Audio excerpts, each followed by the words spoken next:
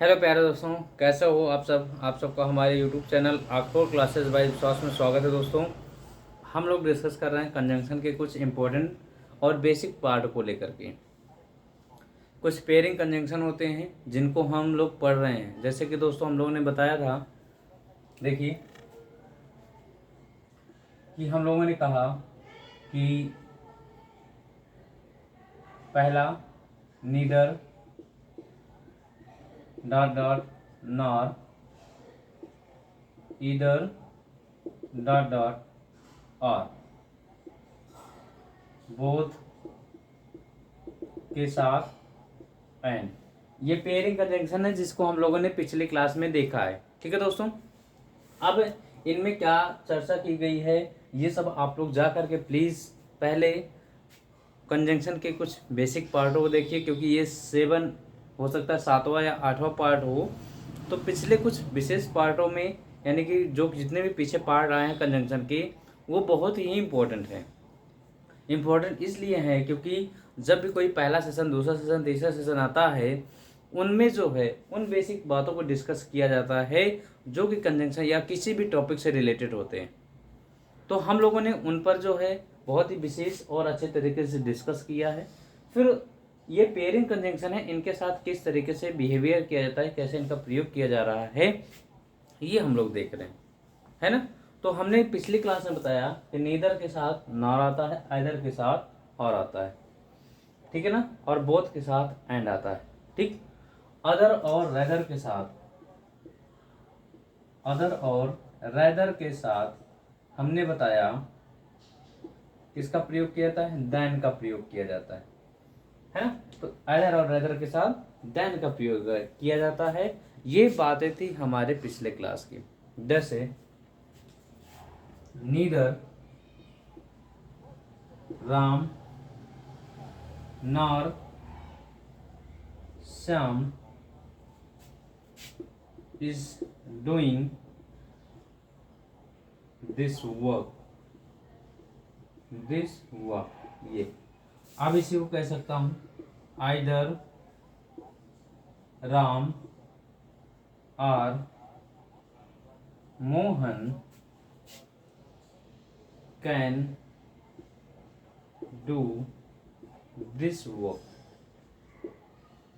ठीक, तो यहाँ पर देखिए दोस्तों, यहाँ पर नीदर राम नॉर श्याम, तो नीदर का पेयर नॉर, आइदर का पेयर और, ठीक है। हम कह सकते हैं बोथ राम एंड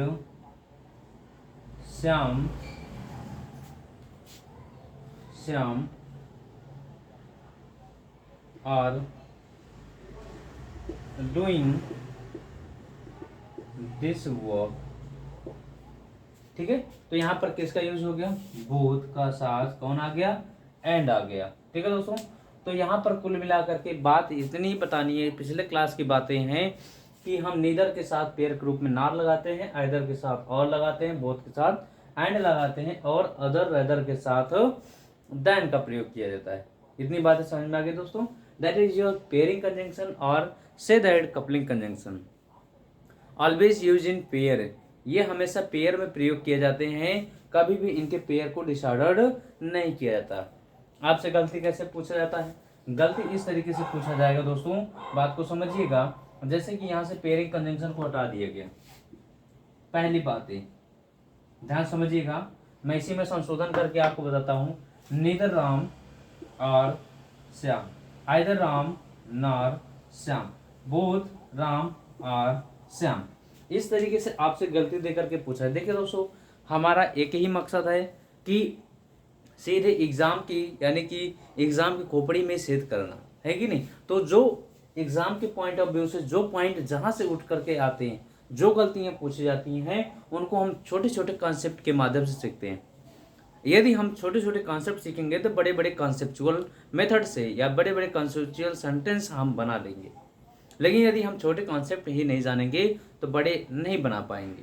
ठीक है दोस्तों, तो देखिए छोटी छोटी गलतियां को हम रोकेंगे तो बड़ी गलतियां होंगी ही नहीं।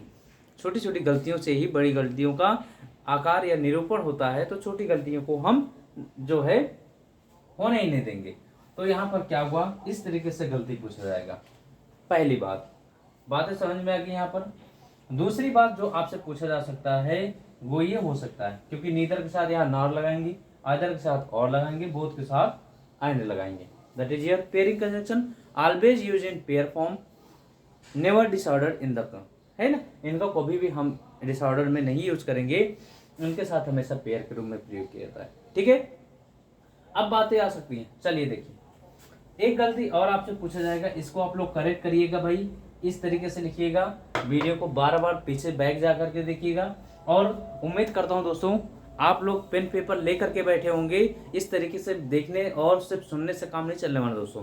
पेन पेपर लीजिए और चीज़ों को उतारते चलिएगा। स्क्रीनशॉट के चक्कर में मत पड़िएगा दोस्तों, क्योंकि कहते हैं कि फ़ोन में रखा है तो देख लेंगे, देखते तो बहुत सारी चीज़ें हैं जो कि बहुत सारी चीज़ें डिलीट भी हो जाती हैं, पता भी नहीं चलता। तो नोट करिएगा और वो उसको देखते रहिएगा। हमने इसको करेक्ट किया किसके माध्यम से, नार के माध्यम से। हमने इसको करेक्ट किया आर के माध्यम से, और हमने इसको करेक्ट किया एंड के माध्यम से। अब जो दूसरी गलती आपसे पूछा जाता है वो इस तरीके से पूछा जाता है, ध्यान दीजिएगा। मैंने यहाँ से इसको हटा दिया, इसको मैंने यहाँ से इसको हटा दिया आर को। अब यहाँ पर हमने लगा दिया आर और यहाँ पर हमने लगा दिया इस, तो क्या गलती हो गई, ध्यान दीजिएगा। चेंज किया है मैंने, इन दोनों सेंटेंसों पर नजर डाली, तो क्या होगा, तो ध्यान रखिएगा दोस्तों। अब इसमें बहुत सारे लोग, बहुत सारे स्टूडेंट, उनका दिमाग घनचक्कर हो जाएगा। घनचक्कर इस बात से होगा, वो कहेंगे कि सर जरा देखिए यहाँ पर राम भी है और यहाँ पर श्याम भी है, तो दो लोग दो ये, इसलिए यहाँ पर हमारी आने वाली वो कैसी होगी, प्लूरल होगी। हमने कहा बिल्कुल सही है, कोई दिक्कत नहीं है, लेकिन जरा सोचिए नीदर यहाँ पर क्या है, ये अल्टर, देखिए यही कंजंक्शन का मैंने बहुत ही बेसिक पार्ट में मैंने बताया दोस्तों। अब इनकी बात करेंगे, तो ये आपके अल्टरनेटिव कंजंक्शन होते हैं, अल्टरनेटिव कंजंक्शन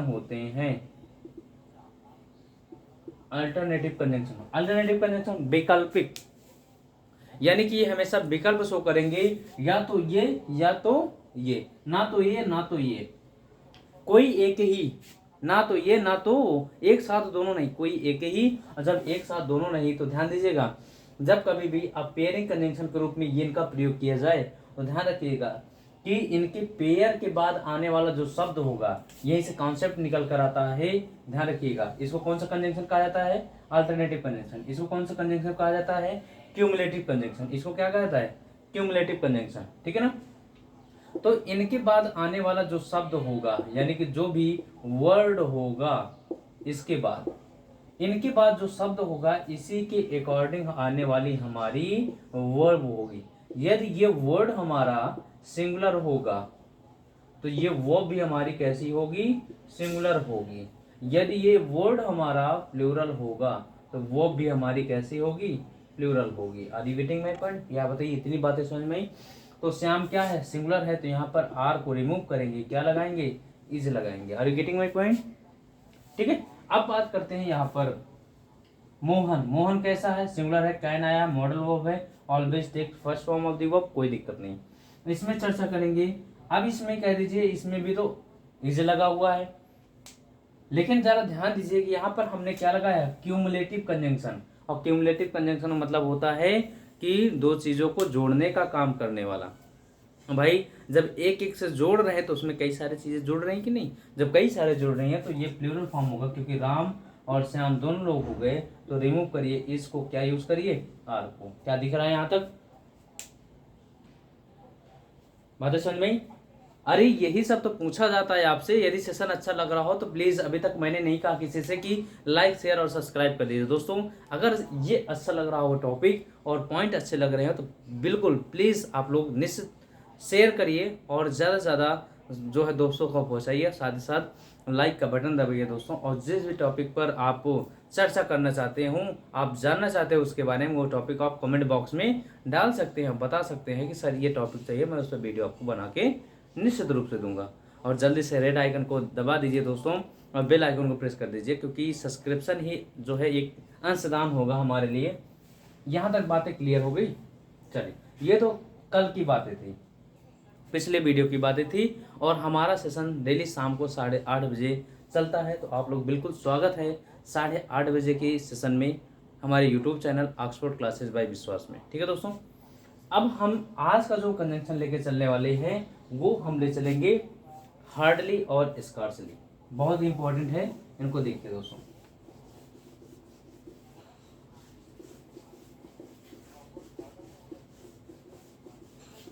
बिल्कुल, हार्डली स्कार्सली ये बहुत ही अच्छे कंजंक्शन है, इनको नोट करिएगा।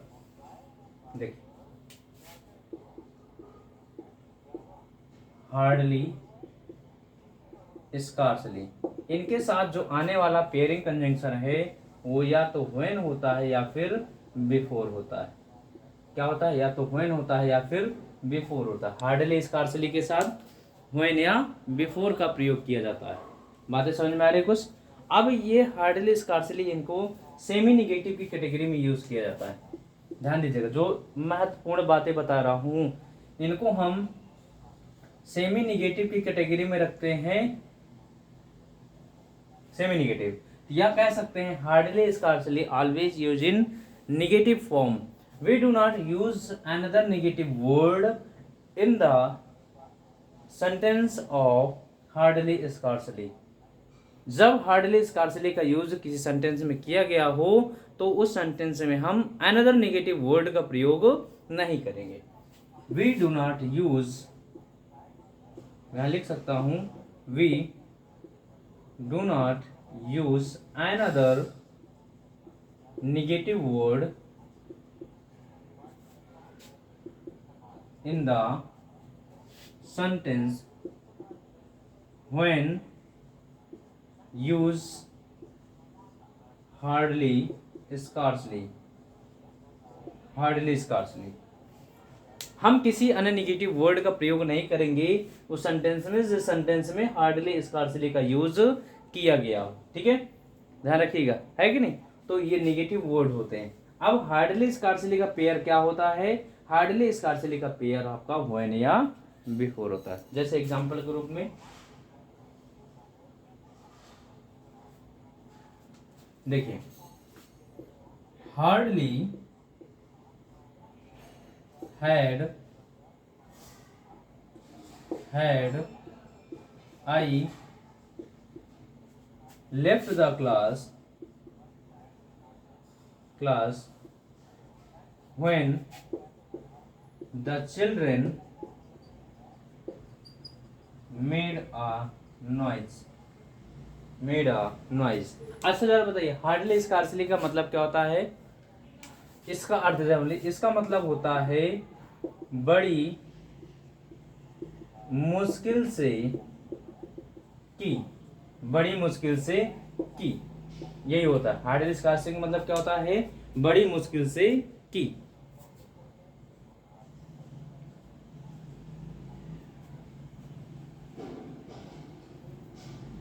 ठीक है, अब देखिए यहां जरा बताइए, सेंटेंस ठीक है?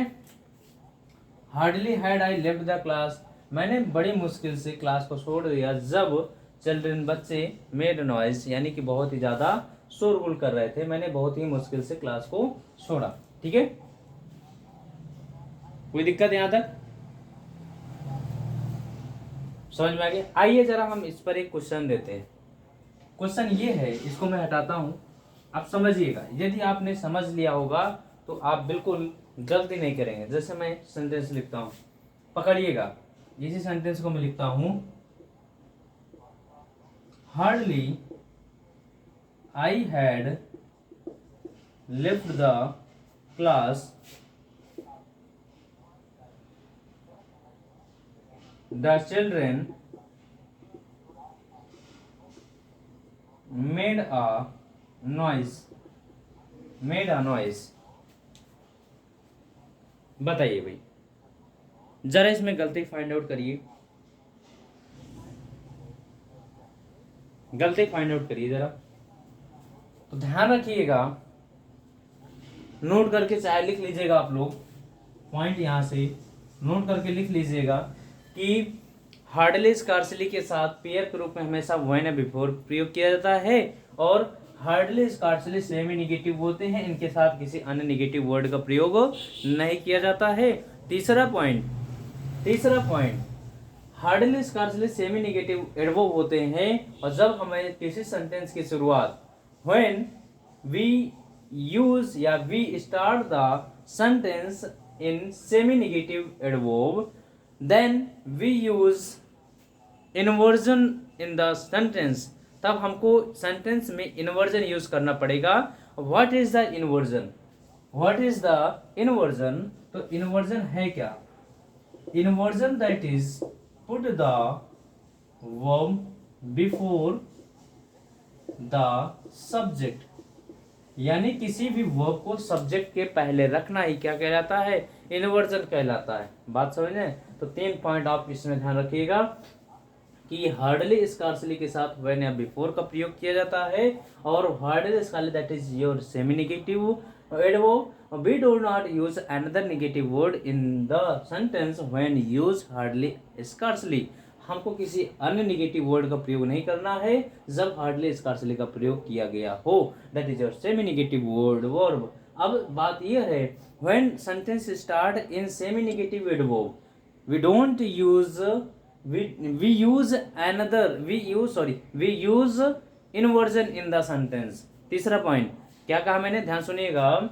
we use या when the sentence start semi negative adverb, we use inversion in the sentence। inversion means put the verb before the subject, subject को पहले इन्वर्जन, यानी कि वर्ब को सब्जेक्ट के पहले रखना ही इन्वर्जन कहलाएगा। अब यहाँ पर गलती क्या? आपसे 2 तरह की गलती पूछी गई। पहली गलती यहाँ पर किससे सेंटेंस की शुरुआत हुई? हार्डली से, that is your semi negative adverb. जब सेमी नेगेटिव एडवर्ब है तो ये हम कहने का तात्पर्य ये हम कहेंगे कि put the verb before the subject, हमको इन्वर्जन करना है। इन्वर्जन मतलब इस वर्ब को सब्जेक्ट के पहले रखना है। क्या करेंगे? Hardly had I left the class. अब यहां पर क्या गलती दिया? देन क्या यूज करना है? व्हेन या before the children made a noise. Are you getting में? क्या यहाँ तक बातें समझ में आई आपको? एक एक टॉपिक आपका निचोड़ देंगे दोस्तों, बशर्ते है कि आपको हमारे साथ मिल करके इस मुहिम को आगे तक ले चलना है। और सेशन यदि अच्छा लग रहा हो तो दोस्तों प्लीज़ लाइक शेयर सब्सक्राइब बिल्कुल नहीं रुकना चाहिए। और डेली 8:30 बजे मिलिए। जिसको हमारे ऑफलाइन में जुड़ना है वो हमारे इस नंबर पर कांटेक्ट कर सकते हैं। नंबर है 8726704008। इस पर कांटेक्ट कर सकते हैं। बातें समझ में आ गई है? तो गलती यहाँ से पूछेगा भाई, है ना। चलिए एक और देते हैं, ध्यान रखिएगा। इसी टॉपिक से रिलेटेड एक और गलती आपसे पूछी जाती है। वो क्या पूछी जाती है? देखिए, इसको मैं इरेज करता हूं। अब आपके दिमाग में यदि बातें हमारी समझ में आई होंगी, नहीं समझ में आएंगे तो वीडियो को फिर से जा करके देखिएगा, एक बार स्पीड में देख लीजिएगा। अगर टाइम आपका जा रहा होगा तो ध्यान रखिएगा। जितनी बातें मैंने बताई उसी में से एक बातें और मैं शुरू करने वाला हूं। देखिए सेंटेंस में बार बार वही क्यों ले रहा हूं? क्योंकि एक ही सेंटेंस से जितना अच्छा कॉन्सेप्ट आप सीख सकेंगे, है कि नहीं, जितना अच्छा कॉन्सेप्ट सीख सकेंगे, यदि आपका कॉन्सेप्ट क्लियर होगा तो सेंटेंस अपने आप बनाने लगेंगे। ठीक है, चलिए देखिए। जैसे मैं कह दूं, hardly had I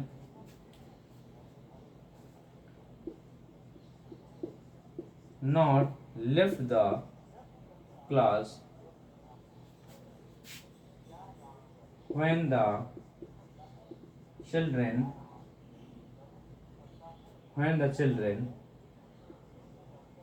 made a noise।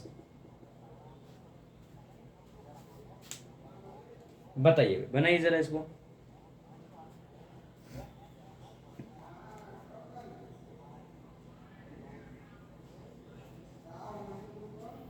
बनाइए इसको। एक और सेंटेंस से दे देता हूं आपको, बनाते रहिए। Scarcely had Ram gone there, scarcely had Ram gone there, then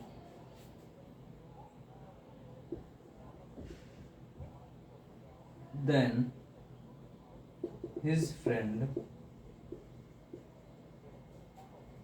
met him.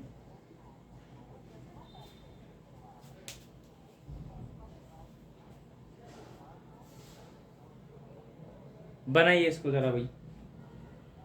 दोनों सेंटेंस आपके सामने दिया गया है, क्या ये दोनों सेंटेंस सही हैं? और सेंटेंस सही हैं या फिर सेंटेंस गलत हैं तो किस वजह से गलत हैं, और सही हैं तो किस आधार पर सही है, बनाइए।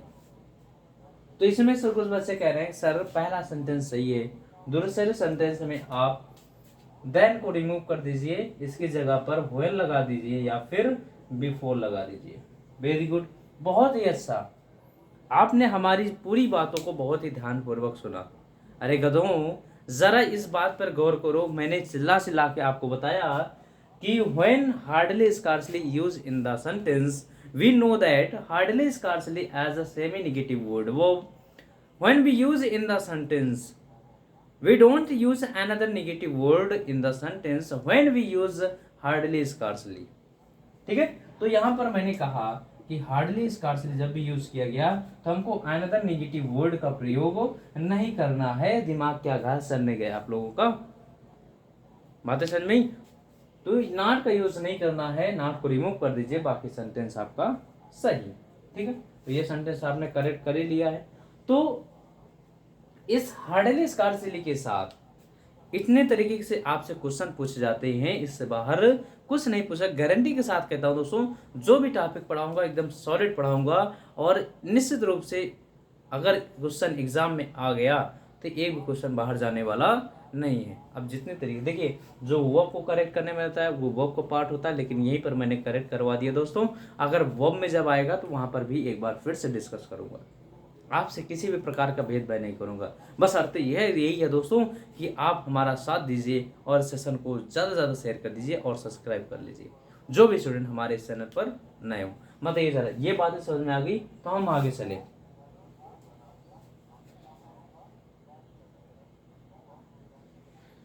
चलिए, यस बिल्कुल चलते हैं आगे।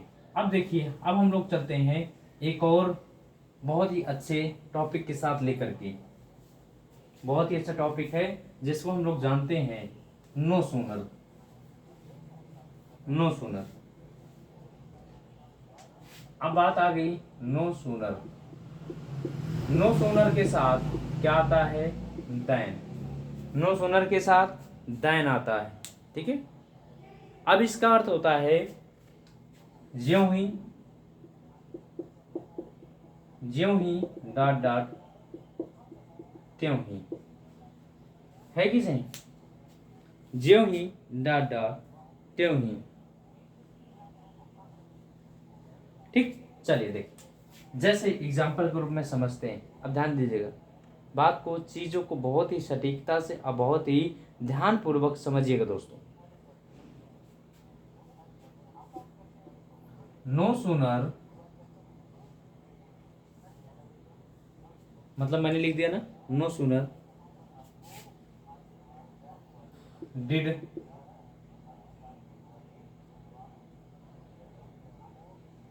द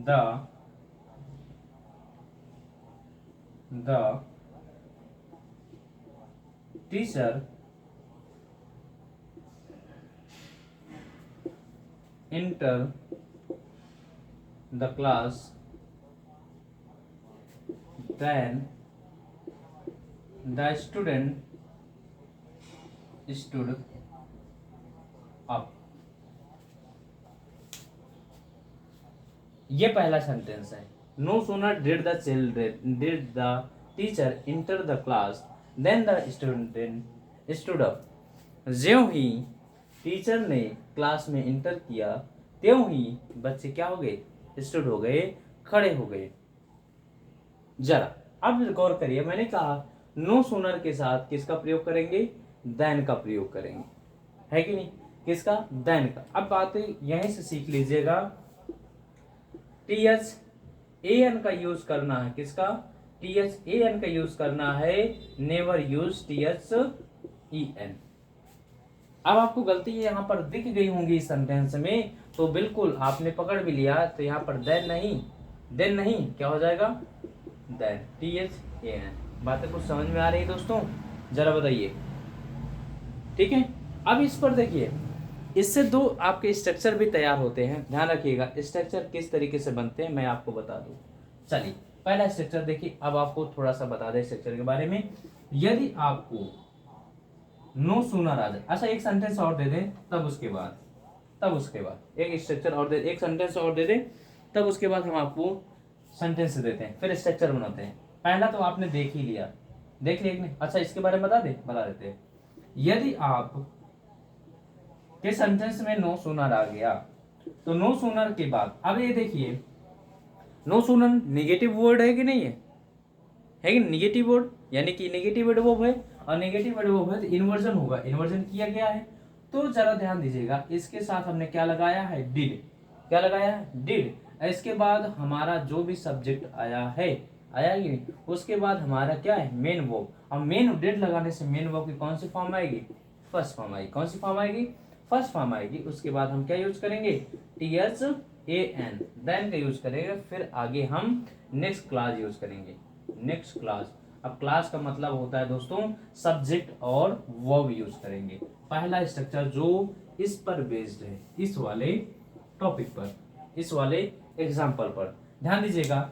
ये आपका क्या है? नो सूनर है, इन्वर्जन हुआ है, डिड लगा है, वर्ब की फर्स्ट फॉर्म है। उसके बाद यानी कि ये सब्जेक्ट है, वर्ब की फर्स्ट फॉर्म होगी। आगे आ गया देन, उसके बाद क्लास। क्लास मीन्स स्टूडेंट आपका सब्जेक्ट, और बाकी आपकी स्टूडेंट आपकी वर्ब हो गई। बात समझ में आ रही?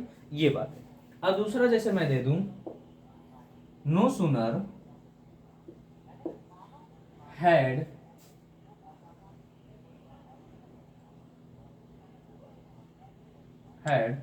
The thief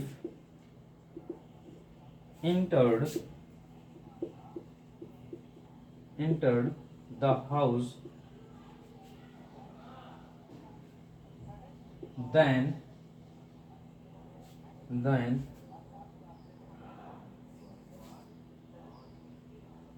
the warden woke up। यानी कि ज्यों ही चोर ने प्रवेश किया था घर में, entered in the house, ये इन है।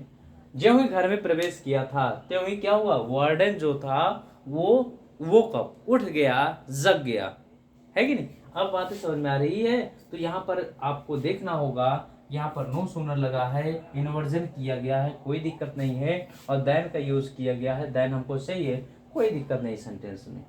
तो यहाँ से एक बात निकल कर आती है, दूसरा आपका स्ट्रक्चर बन करके आता है।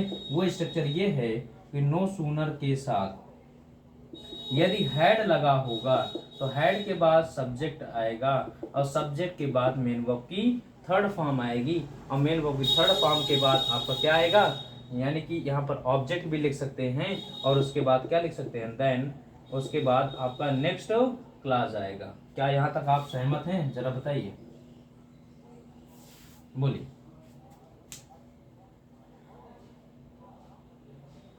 समझे? अरे गारंटी के साथ कहता हूँ दोस्तों, टॉपिक ऐसा पढ़िए कि कहीं के बाहर ना हो, एकदम दिमाग को भेद दे, खोपड़ी को सेध दे, है कि नहीं? ऐसा टॉपिक होना चाहिए।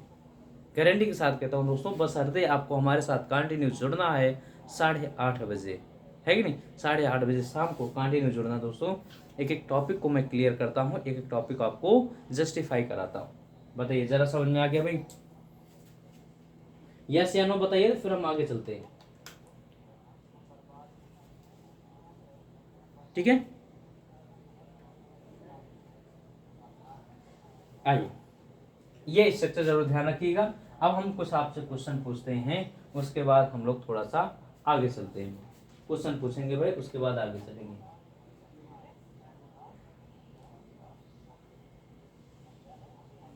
चलिए देखिए, ध्यान रखिएगा, चीजें यानी टॉपिक से भटकिएगा मत। टॉपिक में जितनी बातें बताई जा रही हैं नोट डाउन करिएगा, उन बातों को ध्यान से समझिएगा, उसी टॉपिक से हम आप क्वेश्चन पूछते चले और गारंटी के साथ कहता हूँ आप निश्चित रूप से क्वेश्चन में फंस जाएंगे। देखिए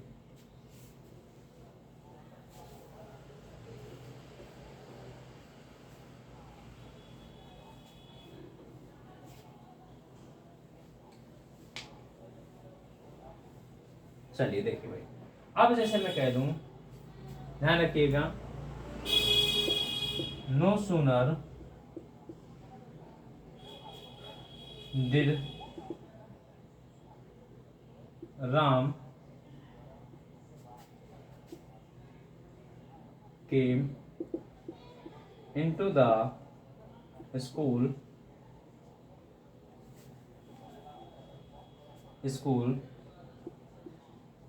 then the school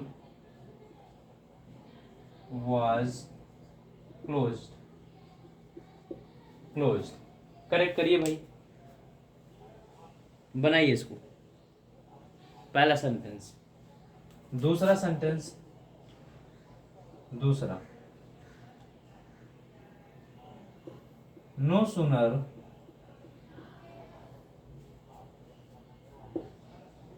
had farmer go to market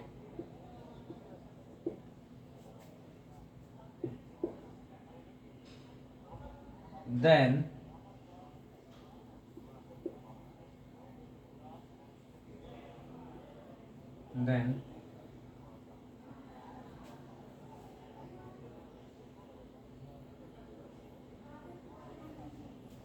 no sooner had farmer go to the market then the relatives tips came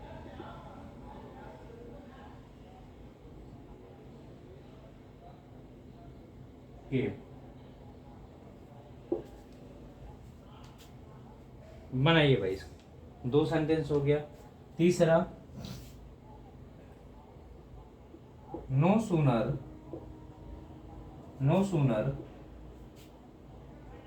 did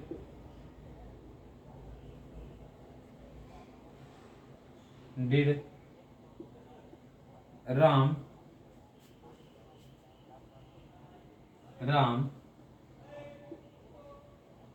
entered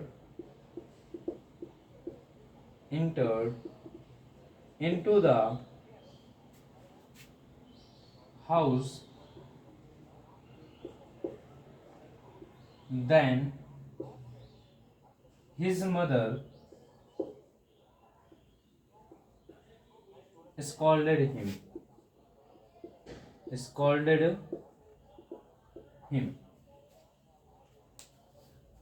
ठीक है। तीन सेंटेंस है, तीनों सेंटेंस को आप करेक्ट करिए, उसके बाद हम लोग आगे चलते हैं। देखिए हम लोग एक ही इरादा है दोस्तों कि जो भी टॉपिक पढ़ा जाए उस टॉपिक से रिलेटेड जितनी भी गलतियां आपसे पूछी जाएं वो गलतियां आपको दी जाएं, वो गलतियां आपके अंदर से निकाली जाए, तभी तो आप सही करेंगे एग्जाम में जा करके, है ना। जैसे एक और दे देता हूँ, no sooner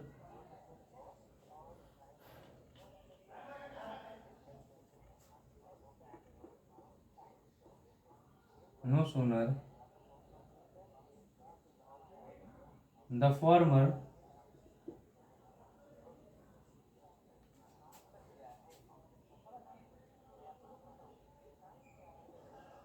had gone to the field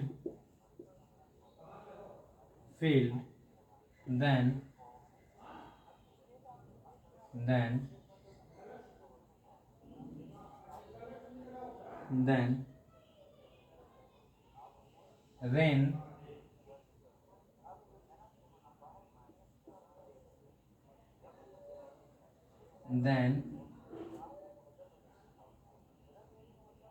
rain started।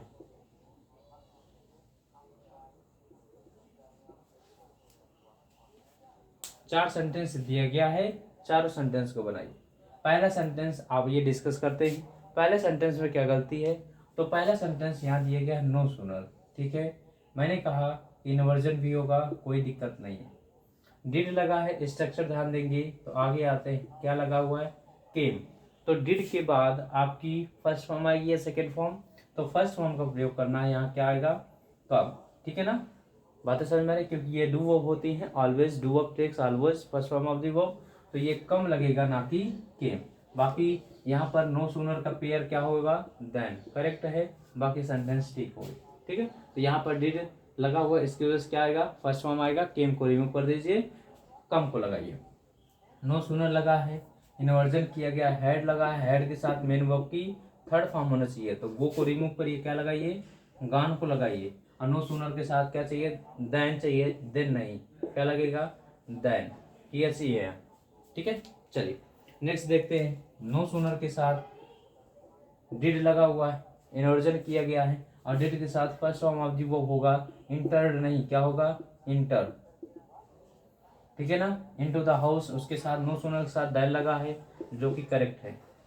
Next चलते हैं, नो सूनर लगा हुआ है, इसके बाद ये सेमी निगेटिव वर्ब होते हैं, इन्वर्जन चाहिए तो inversion put the verb before the subject, subject के पहले हेड को रखना ही क्या होगा, आपका इन्वर्जन होगा। उसके बाद दैन लगा हुआ है, कोई दिक्कत नहीं है, सेंटेंस इज करेक्ट, ठीक है, बातें समझ में आ गई। तो आज आप लोगों ने क्या सीखा, हार्डली स्कार्सली के साथ व्हेन या बिफोर का यूज सीख लिया, नो सूनर के साथ देन का यूज सीख लिया। तो टॉपिक कैसा लगा आप लोग निश्चित रूप से बताइए कमेंट बॉक्स में। इसी तरीके के टॉपिक और अपडेट पाने के लिए हमारा चैनल आप सब्सक्राइब करिए। तो मिलते हैं नेक्स्ट वीडियो में, तब तक के लिए thanks for watching, thank you.